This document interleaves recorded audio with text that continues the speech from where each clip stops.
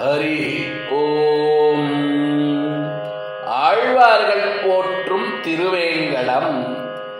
குலசேகர ஆழ்வார் அருளிச் செய்ததான பெருமாள் திருமொழி 4ஆம் திருமொழியிலே 9வது பாசுரம்.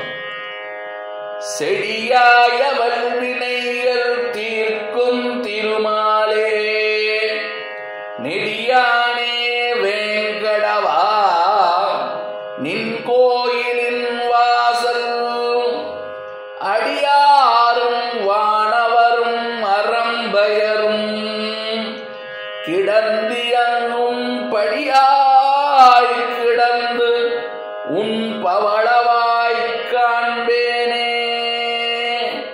வல்வினைகளை தீர்த்தரும் திருவேங்கடவன் திருவடி தாமரைகளை வணங்குவோம்.